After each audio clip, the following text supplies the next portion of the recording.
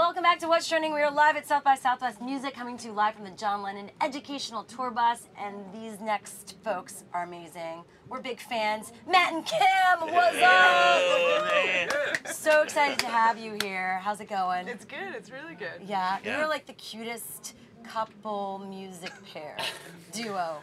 Well, sometimes I appreciate that, except for sometimes we have to avoid the word cute. Because sometimes Kim smiles taking away a your lot. hardcore rocker edge. No, but also, you mean like, I say I just ride on Matt's coattails. I mean, come on, look at him. Look at him. Come on. Now that's a lady. See, I just always say the dude rides on my coattails. Yeah. How's I'll be over you? here if you need me for anything. You guys enjoy the show.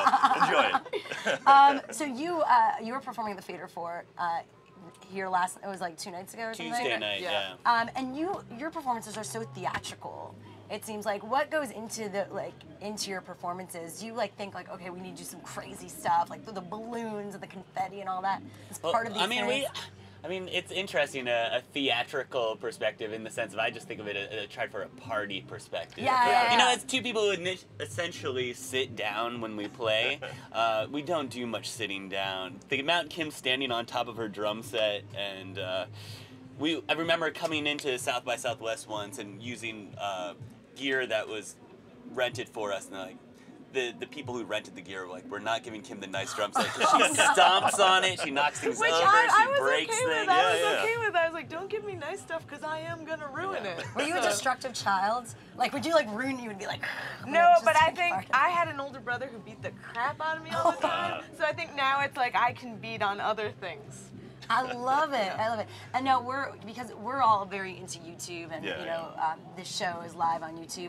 Your videos are always so easily connect with this generation who loves sharing just really amazing videos. What goes into the process of figuring out your music videos? Well, I think, our big thing was we came from a world of having no budget to make music videos, so it came to, we need $1 million idea for a music video we can make for $500. Yeah. And I think that a lot of times that's not the case. I think a lot of times it's bands that they're like, oh, we're gonna shoot, it's gonna look really nice, we're gonna get the really most expensive stuff, and then we're gonna shoot the band playing, and then we'll have a subplot with a girl not wearing much clothes, and we'll cut back and forth between the two, and we'll have a video. And I think a lot of times it's the most simple idea is the most effective. So we spend a lot of time trying to think of our ideas, and sometimes they involve us dancing in bed together. Yeah, so that latest one was awesome.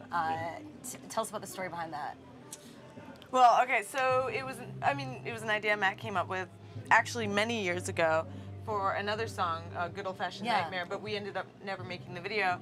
And then while we were recording It's Alright, anytime we were working on it, we were up dancing, and it was just it felt right. And so Matt was like, it's time to make this video. And so, yeah. Well, and then, me learning to dance, this was Really? when you seem like a spunky guy, you like moving around. You were doing I'm not afraid to embarrass myself, which is key in me trying to learn how to dance. That was the first time I've seen the Dougie laying down. That was amazing. That takes talent. Well, this woman, Tanisha Scott, who choreographed it, she's amazing. She's great.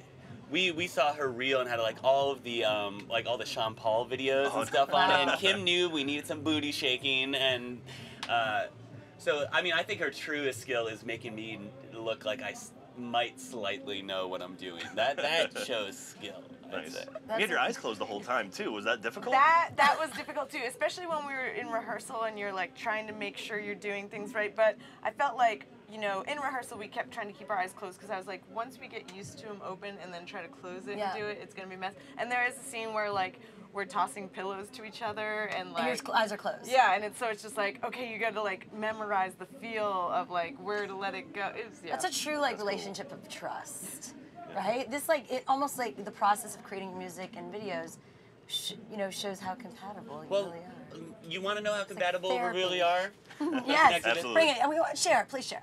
We shared a twin bed for 5 years. Whoa. No way. That happened. So this was a king size bed for the video at least, right? I guess so. Yeah. Okay, it'd be a little bit awkward. But the idea had initially come from, and I think this was because it was years ago, and you know, when you're sleeping in bed with someone, one person rolls over in the mornings, kind of stirring, the other person rolls over, and then we're like, what if that just escalated to a choreographed dance? And Kim actually thought about it today, and it was probably from those years. Because that's how it would be. It would be like if one of us moved in a twin bed, the other one had to go with him. We lived in a very small apartment and had very little. But it was worth it because then it's like you put in that effort to build what you've built.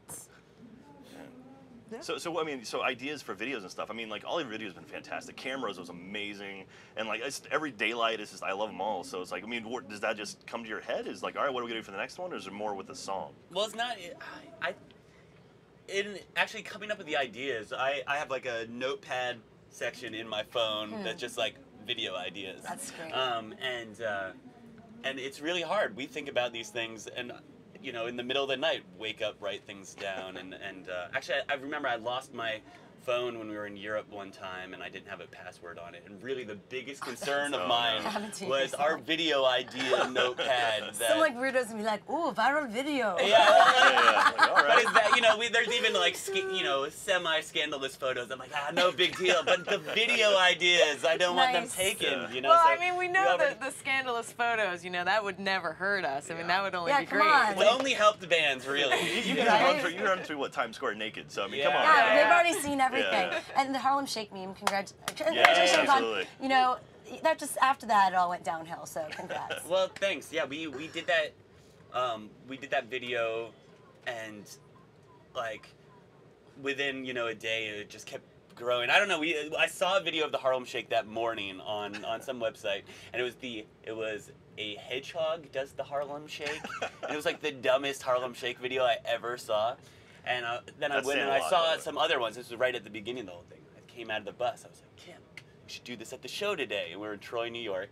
So we shot the first part during sound check, and then set up the camera. And then I explained to the audience what we were going to do. I started this GoPro camera, and we did it. And then I walked off stage, and our crew takes all the gear off. But I just took that camera right with me when I left. Within half an hour, had it online. You know, 24 hours later, 1 million views. A week later, 10 million. Yeah. But and I just recently heard we have the Guinness World Record for the Harlem Shake with the most people in it. Yes! What a feat! And what a feat! At least the next 2 weeks, that will mean something, right? Well, I'll give it a week. Yeah, things go quickly this day and age, so you know we need to find a new record for you guys. Now, I just love your DIY approach to things. So, lastly, what advice can you give other musicians who see what you're doing and like, you know, and who think like going to a big label and doing it produced and all that could be the solution for them?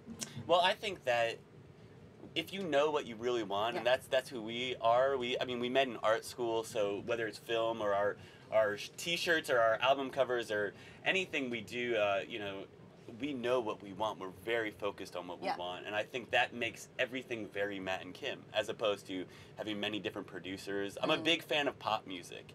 And I feel I've been burned so many times on pop music albums because they'll get one great producer in, make the big hit, and you're like, oh, this album's gonna be great, and then the rest doesn't hold up. So I think if you can make it your own, it'll just make a consistency across it. I don't know.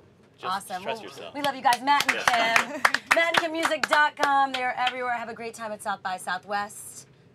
Have a great time. We appreciate it. And remember, tweet us, #LennonBus.